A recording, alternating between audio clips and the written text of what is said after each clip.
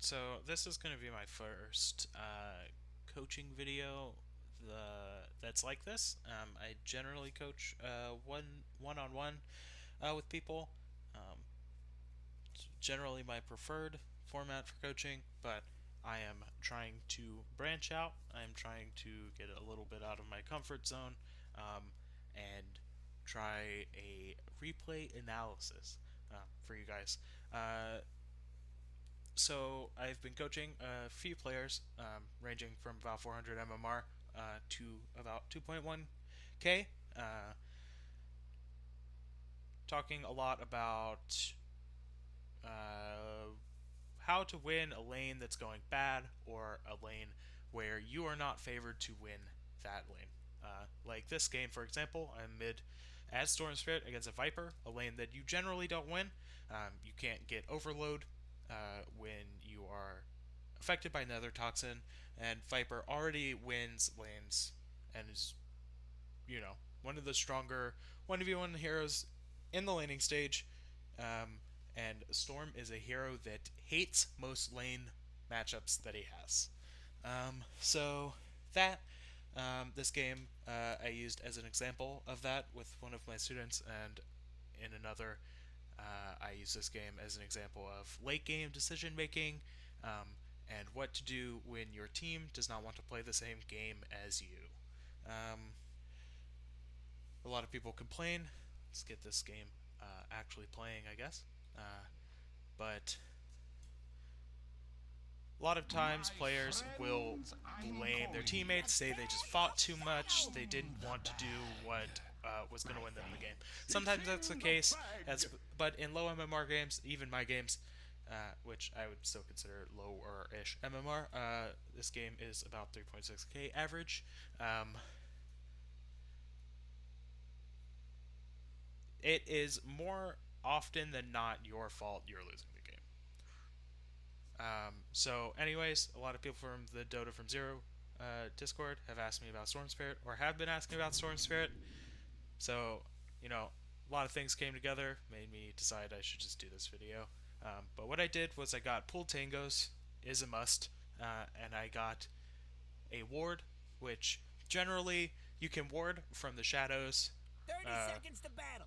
But feel free to start on killing before Radiant that. bottom side of tower Stickers. and get good vision of the enemy high ground and ward spot or rune spot, and you can do the same on the top side of the Dire Tower, um, which is generally a good place to ward from, or place a ward if you're not Drama worried comes about in any different particular gank, which I'm flavors. not in this game, because a Warlock and a Bounty Hunter are going to be Let the battle very begin! obvious missings and Okay, not look at me go. necessarily ganks that I'm worried This about. giggle lantern So first we have to worry about our block, which is very important for the first couple waves for Storm Spirit, especially in a matchup where you have a Viper, where you can trade with him during levels 1 and 2. So you want the creeps generally on your high ground. I'm going to miss my block a little bit. Luckily he misses his worst. So creeps are in a very good spot for me. Um, So now I'm in a position where he has to tank my creep wave if he wants to trade with me, and he's also attacking uphill. So he's going to use Nether Toxin to try to push the wave under my tower and make it harder for me to last hit while he contests these, um, which is kind of what he wants to do. He kind of plays the lane poorly in the first couple levels, but nonetheless, he's a Viper, so he's going to end up winning this trade anyways. Um, That'll take the wind from their he let me sails. deny his range creep, which is pretty big. Um, but here, I'm just making sure I secure as many last hits in lane. Um, abusing Remnant and Overload to last hit our towers in the early levels. Um, but I am purchasing my Null Talisman and a Salve, buying preemptive regeneration, and just a bunch of regeneration in general is really good when you're in a disadvantageous or bad matchup. Uh, because if you rush a bottle, which I see a lot of people do, um, you are going to fall more and more behind, and eventually be forced out of lane at like level 3, and you're just not going to have a good time. So what I'm doing now is I'm backing up and I'm stacking camps, because this is going to be your catch-up mechanic in a bad lane, in a bad mid lane at least. Because at some point, at level 4, generally, he starts getting too strong for you to lane against, because he has usually 2 points in corrosive skin, he's got his Q and his W, and you can just no longer trade with the hero, as you can see now. Even though he's going to ting my creep wave a little bit, I'm going to salve up and put all my stat items in my backpack. That way I get the max health that I can from this salve. But we are close to the point in the game where I decide that it is not worth my time to stay mid anymore. I think I, try to trade with him one more time and decide, you know what, this guy's almost a half a level ahead of me. I may have more CS, but I'm just going to get pushed out of this lane more and more. Again, abusing Remnant to last hit. Secure last hits under tower while also being able to right click creeps is very important. Luckily he misses uphill on this deny that I missed time turning Remnant with. So buy out my bottle now because I am planning on getting the 4-minute rune and going to the jungle.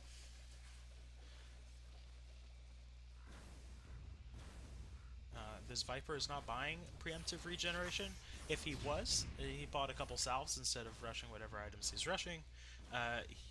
He would be full health, full mana, and he'd be standing on my high ground, and I'd be unable to trade with him.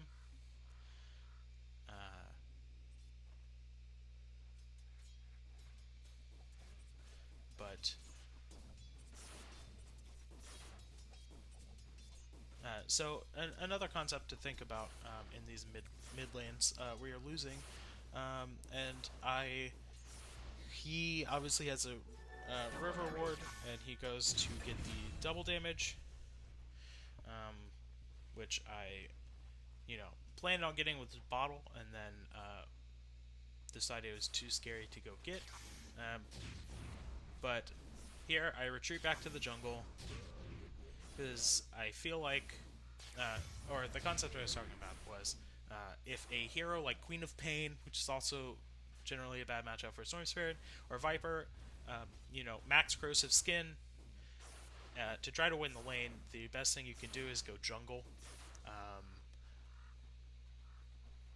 Because if they're maxing skills that don't let him... So, let's say if this Viper knew I was going to leave lane in jungle, he would have maxed Nether Toxin. That way he could flash farm the jungle and shove out mid lane really quickly. And punish me for going to jungle because he could jungle more efficiently. But he maxed corrosive skin this game. So I rotate up here to get this bounty rune, because the only hero I'm worried about top coming to get this bounty is Warlock. Luckily he shows up with no health, which is fortunate for me because I get to get a kill. Ferry out another salve. I ferry out some clarities, just so I can, keep up my farm rate in the jungle. And I'm going to keep an eye on mid this whole time, just in case the creep wave gets pushed under my tower. I want to be there to secure as much CS as I can, and not let Viper hit our tower. It's a little scary because he is 6, so I have to take the long way around. But he's going to come try to contest my jungle because he now realizes that I'm not showing up to him. But as you can see, I take the relatively safe CS under the tower, get the XP from the lane creeps, which is super important. But here, I just walk back because I'm already behind my tier 1. This way I fill up my bottle, I get my boots, and then I can TP out and jungle some more. But as you can see, I have more last hits in this Viper, who is currently running bottom with a haste rune. something I don't think people realize is Win to rotate, he gets a kill, which is fine. But, you know, he hasn't CS'd in the last Dire's middle tower looks to be 10, disintegrating. 15 seconds. While I have secured now a entire jungle camp and a creep wave. So Dire's I middle am tower is under attack. now 13 CS ahead of him, which is great for a Viper versus Storm lane. But he rotated bottom with no real objective in mind. He just went bottom for a kill, you know, which gives me, someone who's losing the lane, a couple waves of XP. And as soon as he shows up in lane, I'm gone. I'm back in the jungle, hitting creeps. Double kill. Just waiting for him to either make another poor rotation. Luckily for me, I get a mango tree, get some mangoes. Dire's top tower is under attack. And now I think I'm going to go on him. Oh, what I miss? Yeah. I wanted to, you know, I'm over here. sometimes you just gotta check your damage, right?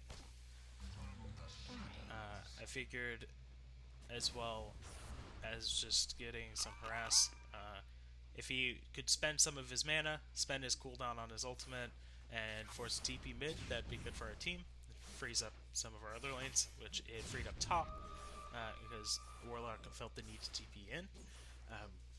So, all in all, not the smartest move, but a move that I deemed necessary, I guess. So, this Viper claritied. I should have walked up and hit it, but I think I'm shopping right now, which is unfortunate. But as you can see, he just got his treads. I already have double null and treads, so this lane is actually going fine for me. Oh, sweet. And instead of just shoving the wave, he's standing here mid and, you know, trying to control the lane, which is not what you do when you are winning a lane. Which is a video I want to do at some point in the future, but we'll cross that bridge when we get there. So obviously I'm keeping clarities running basically all the time, as long as I'm not contesting lane farm and I can get them cancelled.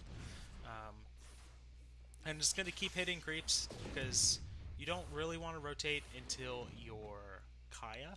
Radiant's middle tower is under attack. Once you get your Kaya, your mana pool supports multiple zips. And you won't have to, you know, zip twice and hope you get the kill because you're out of mana.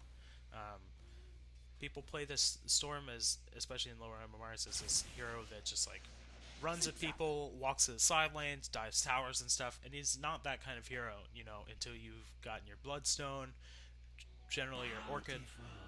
So, you know, next time you're playing Storm Spirit and you want to run to a side lane to try to get a kill, maybe just stack a jungle camp and hit some creeps. So here I'm going to get this DD rune, and I'm going to come mid to try to kill this Viper with my Chikara.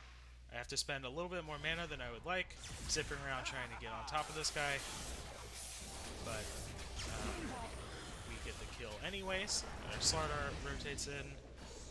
Blown away. So now I'm solidly in the lead of a matchup that I should not be. Just from, you know, leaving lane once I realized he skilled Nether Toxin, or Max Nether Toxin, or Corrosive Skin first instead of Nether Toxin. So now I get to pressure the tower with the 10-minute cart wave, which is very important. I force a fortification, and then as soon as he shows up back in lane, I'm gonna go jungle again, and you know, keep working towards this Kaya. I think we're gonna watch the next bit of the game, a little bit of fast forward.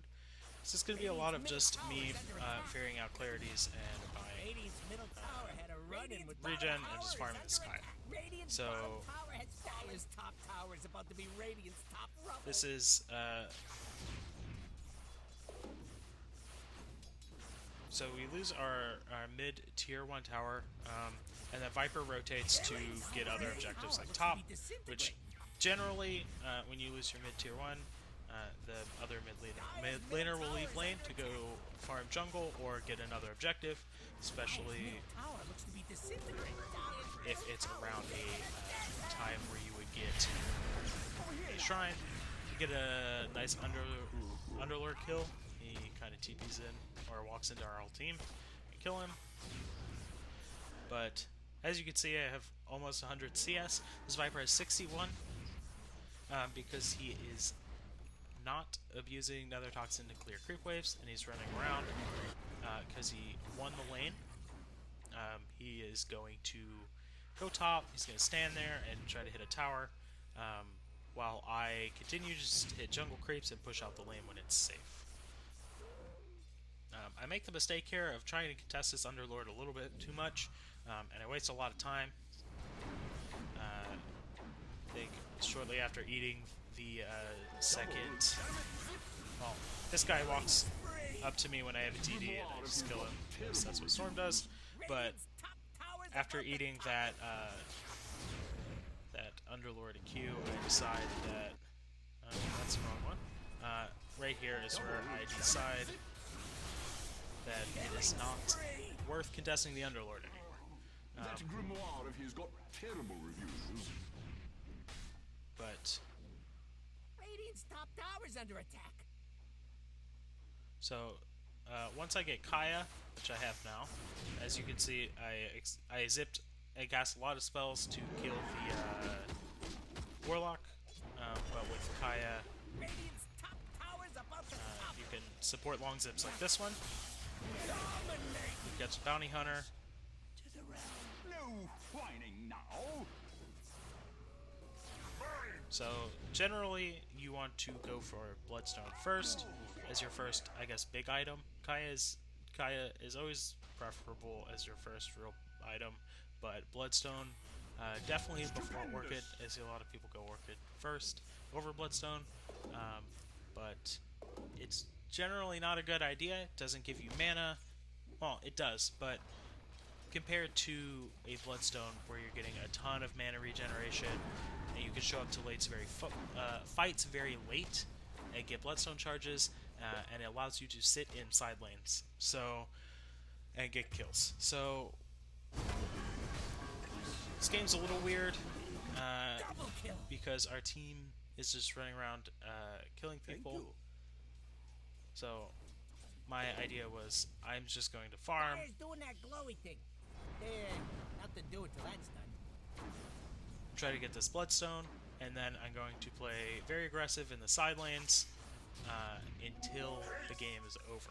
Which is generally what you want to do. Tower is under You want attack. to get your Kaya, Dire's make top your early tower ain't a rotations, tower no more. and then be off the map as much as reasonably possible until you have your Bloodstone, and then you basically don't want to show on the map for the rest of the game, and just play near the side lanes so you can zip in and get some kills.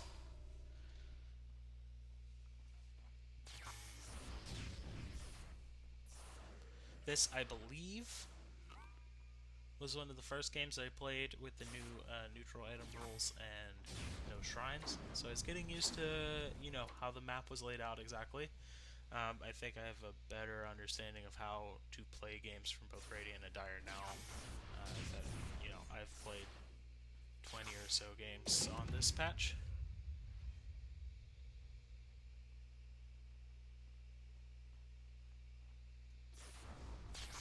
And we're going to speed this up again.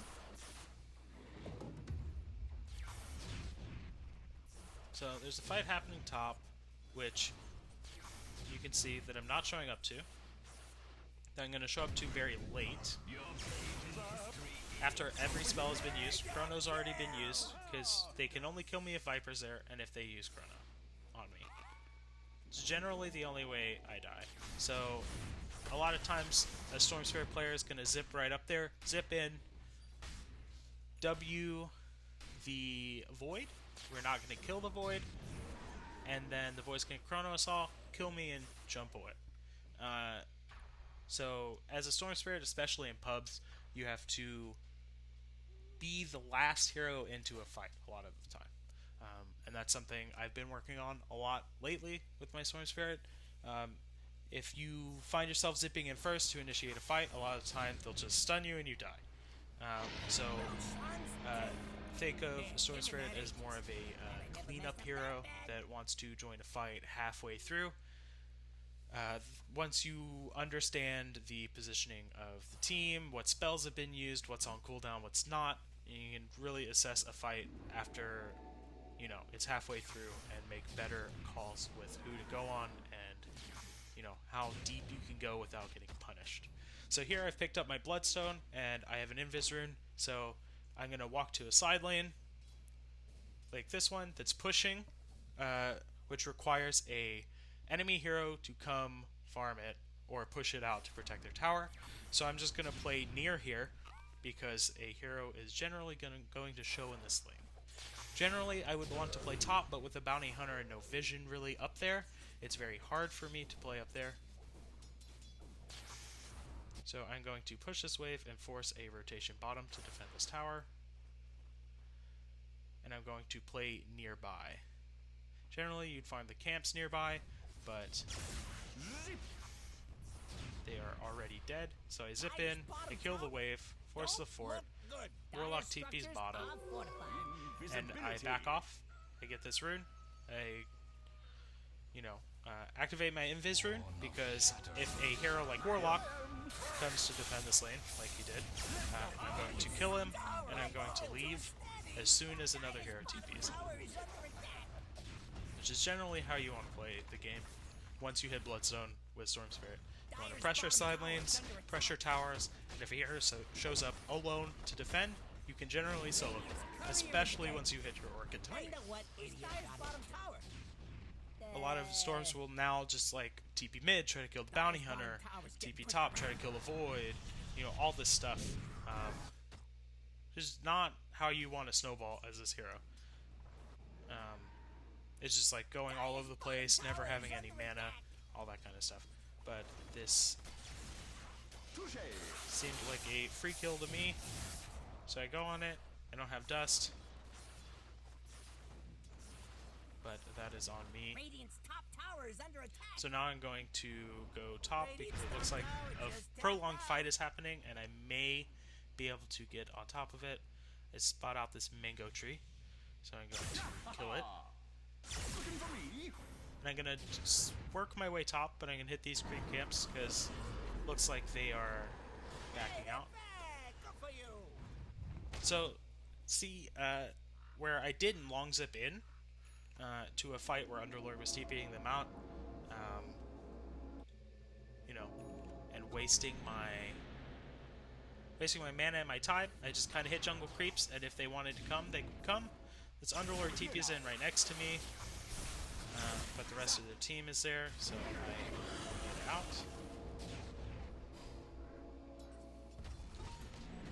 My team decides they want to fight here. After I decided I don't really want to, it goes well for them, so I come in, help clean up a couple more kills. So we're going to take this top tier 2 now. And this is generally the point where I am worried about our lack of coordination. What felt like took too long to take the top objective, tier 2, and we're allowing this Void to farm for a very long time. But I see this DD, I'm going to go grab it, and I'm going to hopefully at least hope that this Void shows bottom so I can kill him again, because I'm very close to my Orchid now, and one pick off or one kill would give me the Orchid immediately. He decides to not show, so I decide just to farm mid, pressure this tower, and be close to my team in case a fight breaks out. So what I want to think about in team fights is the only things that kill me really are Underlord Root plus Atos or Chronosphere. So as long as they've used those abilities, I don't have to worry about it. Faceless Void decides to go on me with a DD rune, which does not work out for him. I decide not to chase. tower is under attack. but I figured he would be up here hitting creeps, so decided to kill him then. Dire's top tower is under attack. Dire's top tower is falling. Misplay, and out. So now my team finally takes the tier 2 tower top. You blew it! As you can see, they have different priorities than I do, but that is fine. So have my Orchid now, which means any hero that really shows on the map dies, like this. So now I'm just gonna play very aggressive for the rest of the game. I try to snowball with a bunch of Bloodstone charges. But heroes that I want to get on top of before they cast their spells in a fight would primarily be Warlock, because if I can Orchid him and keep him from casting Golem in a team fight, that means they're lacking a lot of their damage. So that's what I do here. I try to get on top of the Warlock before he can cast his spells. And now they can no longer defend this tower, even though their Void was already dead, and it was going to be hard for them to anyways. Still, Pit of Malice plus Golem, the scary combo that we will have trouble, and as you see later, do have trouble pushing into.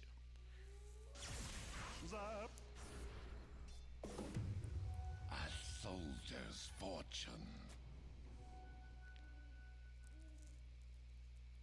So here we've taken a lot of map control back. I was asking for deeper wards top and bottom. Luckily for me, I think this Warlock walks up to try to de-ward a sentry or a ward soon and kill him. Gold and sweet. Or that might be later. But the aggressive vision allows you to end up canceling my TP here, going on this guy because he is very far away from his team and he's showing under our vision. I was going to push out bottom and try to kill the Void, but I decided that's a better kill. But what I was saying is these aggressive wards, like the ones Witch Doctor is placing right now, allow you to play and farm these jungle camps in side lanes relatively safely and pressure the side lanes when heroes show up. So that's what I'm trying to do. Trying to convince my team that we need to Roshan and go high ground. Because your strongest timing as a Storm Spirit is BKB plus Aegis. So I'm about to hit my BKB. So generally, when you hit your BKB, you want to also try to be in a position to take Aegis and go high ground. Because with Aegis plus BKB on Storm Spirit, you generally have 3 lives.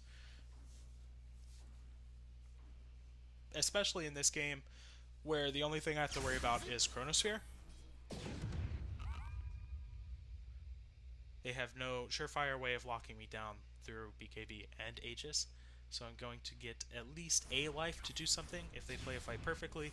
Generally, with BKB plus Aegis, you're going to get 3 lives to fight with.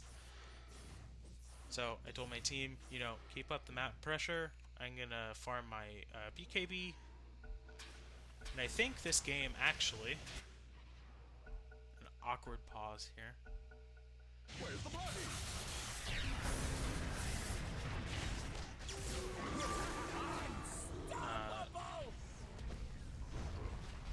But we take this weird fight where Witch Doctor is very far out, and I long zip in, and our team is not in a place to capitalize on it, which is, you know, my fault for joining this fight.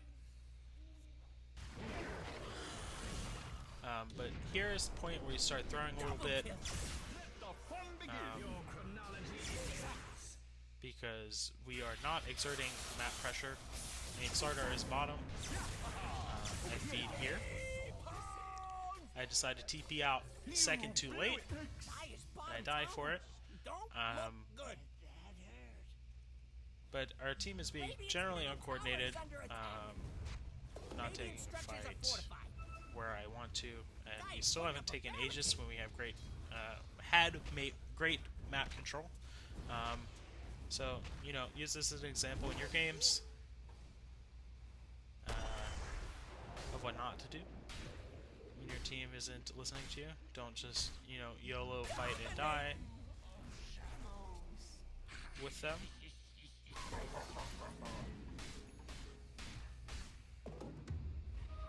So now I am frantically trying to get my team to Roshan, which Ursa does. I tell him to please leave Aegis for me. I think he ends up leaving it. So he's starting to fight. I go on this Viper because he has no health. I can kind of expend all of my mana because I have Aegis, and we win the fight. They see a bounty hunter in the jungle walking up, and they ping him to go after him. So we chase him, and at this point, I am telling my team, you know, let's just back, let's stop chasing the kill, get the tower. But you know, pubs are pubs, things will happen. So we're missing out on probably a tier 3 tower here, because we're chasing this bounty all over the place. You get a, you know, sometimes you just get the free kill on Warlock because he's AFK, but I don't do enough damage with just this Shakira to push a tower, and Viper's already alive. So we miss out on a big tier 3 tower here. And then I leave, saying I'm getting this regen. We stay. I think this fight ends up being pretty poor for us. I'm getting a second wind. Because our Witch Doctor has gone bottom, our Slardar has gone top, and it's just 3 of us here. We are trying to use the Aegis. So the mistake here is going on Viper. Void hits a good chrono. I'm staging a comeback. And they get rock off. And the fight goes very poorly for us from this point on. Slardar and Witch Doctor are not with us. So it's not a fight we can take. You know, I'm a little upset about it. But happens.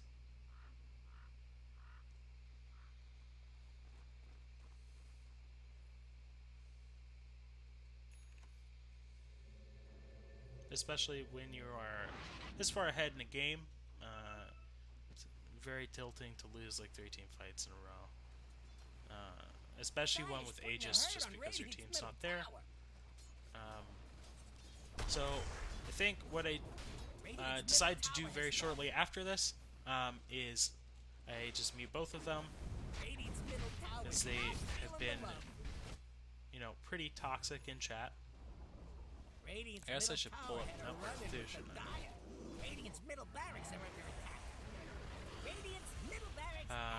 So, you know, we lose a barracks here.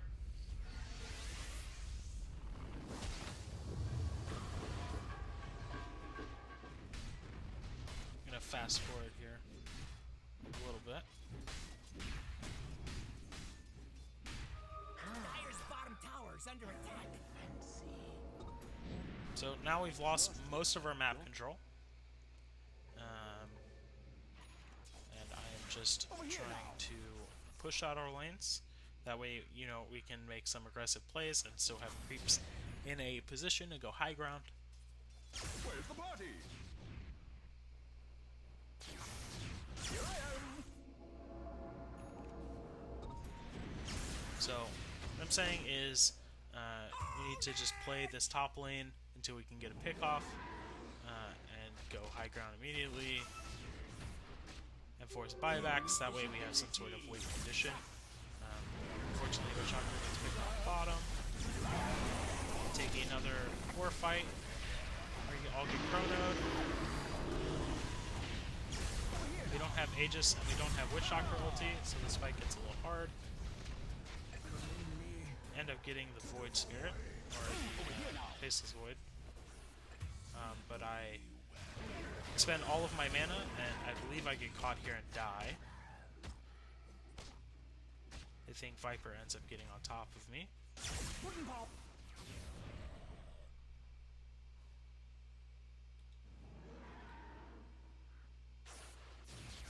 So at this point, Stupendous. I've decided that next Aegis is the only way that we can get ourselves back into the game. Looking for me? So we wait out the next Aegis.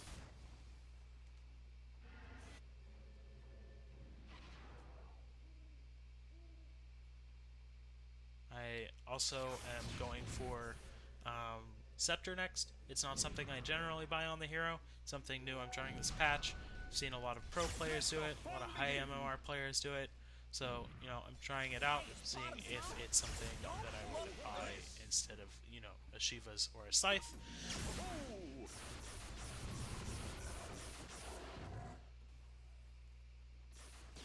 So now we have pretty good map control back. Because as long as Ursa and I aren't showing, we can make plays like this. I'm getting A little sketchy. I probably should have died there. But I felt pretty safe going in and expending a lot of mana because I had a regen rune to immediately go back to full health. But now I'm trying to get our Slardar to come top so he can over take here. Roshan and go high ground. Slardar's ultimate amp damage allows us to take Roshan extremely quickly.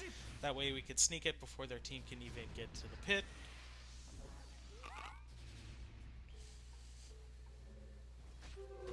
Invisibility.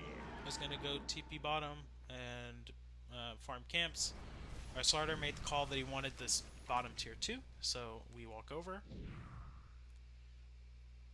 It looks like they didn't want to defend, so I went mid and started pressuring these towers. We end up getting the bottom tier 2.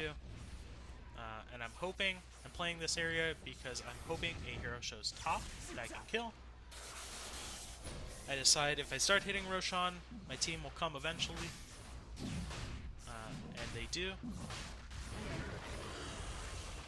We end up putting this Aegis on me, and we end up not doing a whole lot with the Aegis because we cannot decide what to do. So, take Aegis. We get Ags and Cheese, so our Ursa gets the Dispel on his ultimate, or being able to use it while he's disabled, which is big for him because he does not have a BKB, I don't believe. I'm over here. Here I am. Oh, he does. Let the haste. So we are now grouped up. We're waiting for a good pick. I find a magic lamp, which is going to be good because I'm worried about them going on me first. So the Dispel is great. I decide I want to force out the BKB on Faceless Void and force him to Chrono me if he wants. He decides to Chrono me, or BKB, and I just leave. That's something you have to be aware of on Storm Spirit as well. Because of the low amount of commitment he has to go on heroes, especially BKB heroes, you can go on them and force them to either die to you or BKB. As soon as they BKB, you can just leave. Here we get the Minotaur Horn, which I believe Ursa takes as a second BKB.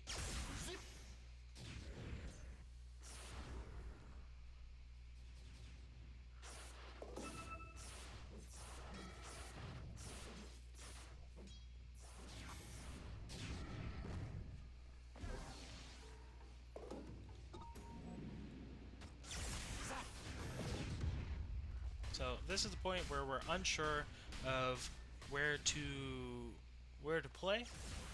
My team wants to just walk high ground. I want to pick off before we Roshan, but we don't have good vision to get a pick off with. So we kind of end up walking around, you know, doing a whole lot of nothing with our Aegis. You know, Ursa and I are getting very high on net worth charts. But, you know, not really accomplishing anything against a team that probably goes later much better than we do. Whoa, what'd I miss? At least that's how I felt this game, that if Void got big enough, he was going to win the game for them. So here I just TP top to push out this lane, Where's the party? get some CS because I'm working towards my Bloodthorn. So it felt like I was lacking some damage because of the Ags that I had previously picked up. Touché. It is good to be alone. Radiant are scanning for enemy. So here we decide, you know what, let's use the Aegis. We need to just go high ground. Because I have my Bloodthorn. Oh! I think here I decide I wanted to push mid instead.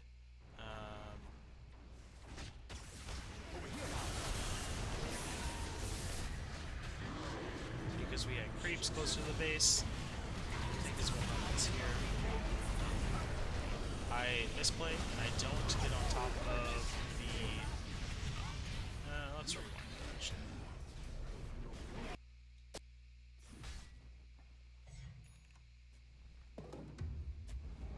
So here, I just wanted to get the creeps into their base mid. That way we can get some chip damage, even if they don't show up, or even if we lose the fight going top. We start a fight top. We get a good pick on Bounty Hunter that's outside the base. We get the kill. I tell my team I don't have mana. And we decide to dive the tower anyways, which is a common problem that you have in these farm games. I dive their base with no mana. They all get chronoed, we die. Whoa, what'd I miss? I am getting out because I no longer have any mana to fight with.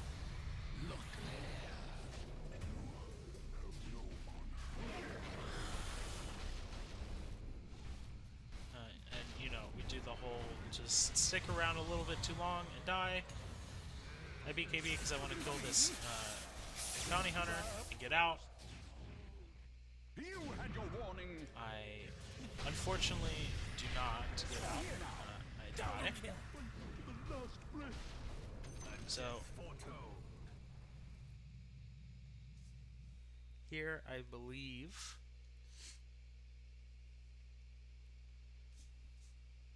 coming up we'll get to see me buy back and instantly die.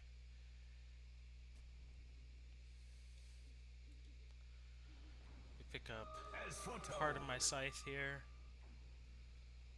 You know, always saving for buyback.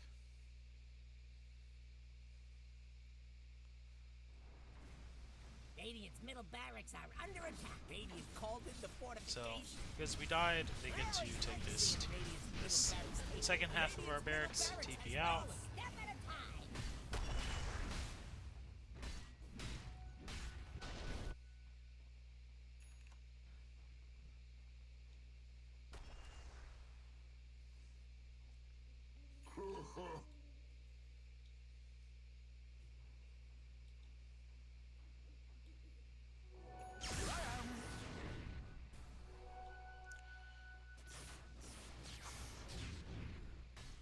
So I'm gonna watch the rest of the game, I think, at 2 speed.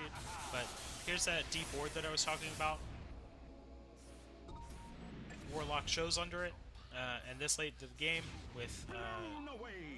this much mana regeneration and this big of a mana pool, I can just long zip and kill him and get out before anyone can respond, which is why you want those very deep wards.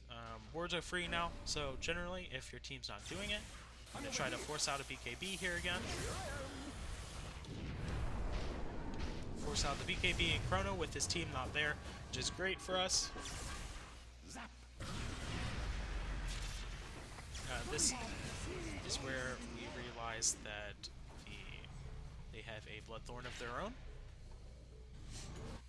to counter me. This is the part that I wanted to talk Touché. about. So we get that pick on, let's see. So we get a pick on Void right here, right? He doesn't have buyback.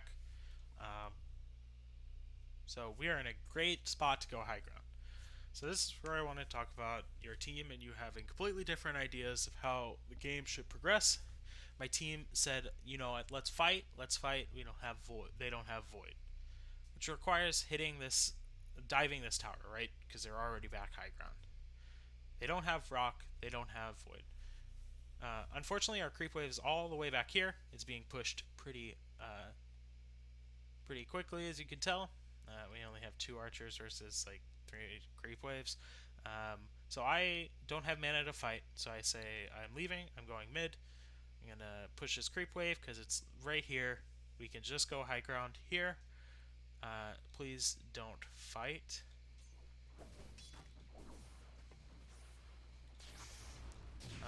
And as you can see, my team ends up sticking around up here.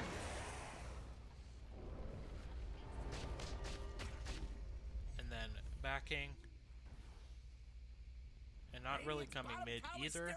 And on me, I end up pushing this lane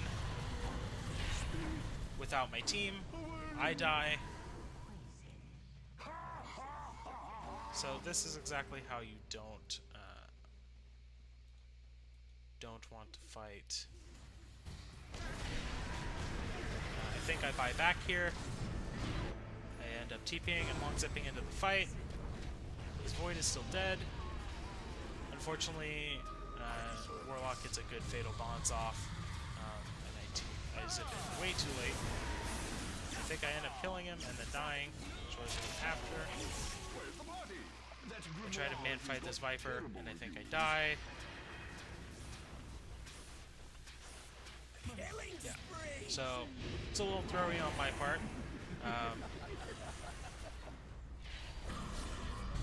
But you know, this is why it's so important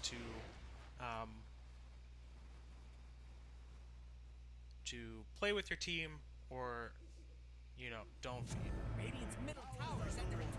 So here I end up muting both of them, which I think you just saw me do on screen. And then I tell my team, so at this point I realize that I am not going to win the game doing what I want. Here's me muting everybody. But Radiant's top tower ain't looking too steady. I decided, you know what? I'm not going to try to, you know, force things to go the way I want them to, because it's obviously not working, and my team doesn't want to listen to me. So they get a great pick on the Underlord. I tell them when they want to Rosh, I'm ready to Rosh on. We should put it on Ursa, so you know he can start the fight.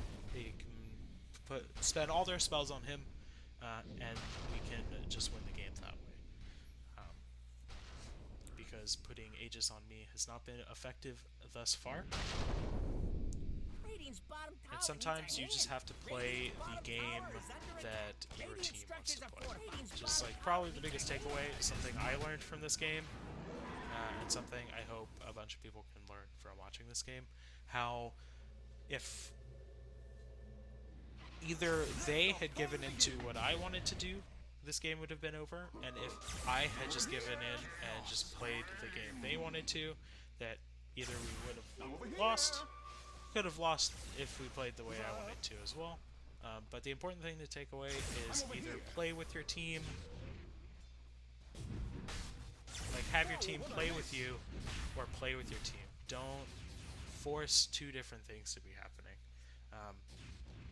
Because as you can see, it's put us in a very bad situation. We're going very late against this Void. So I get this DD. I think I'm telling my team I want to Roshan right now with the DD, because we can take it fast enough. Void just showed bottom. So we should start taking Roshan. I think I push this wave out and then go help.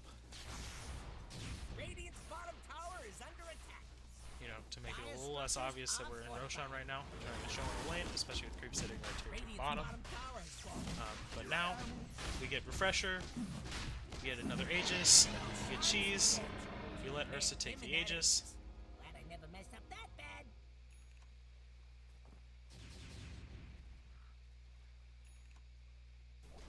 I get Cheese.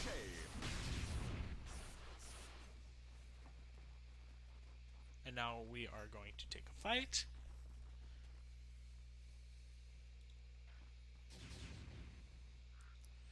And the way I decided we needed to take the fight was I was just going to let Ursa go in, do Ursa things, soak up a bunch of damage, you know, let the team follow him in.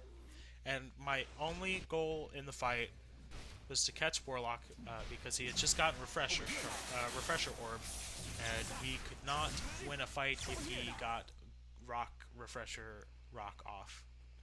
So I told myself the only thing they catch a Faceless Void ends up going poorly for us,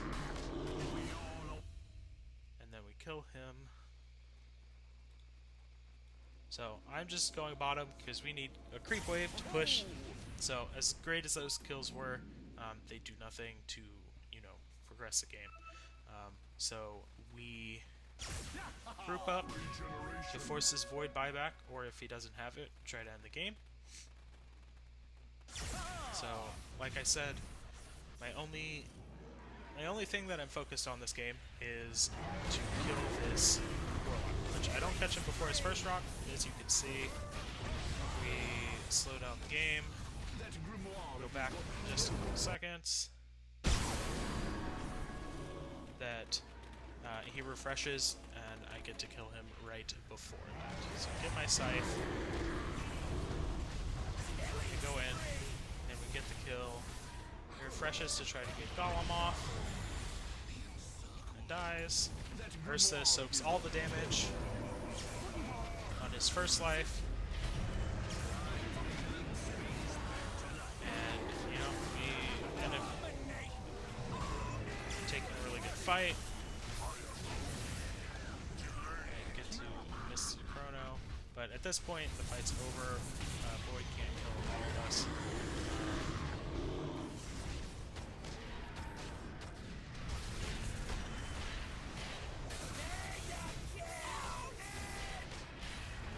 Yeah, so that's that fight. So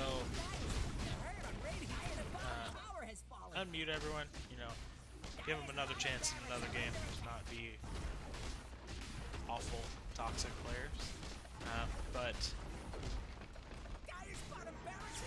so from here, we just, you know, take the rest of the buildings, and we take the ancient. So I'm not sure exactly how informative this replay will be. Once I edit it, it will be up on YouTube, and I will post a link to the Dota from Zero Discord.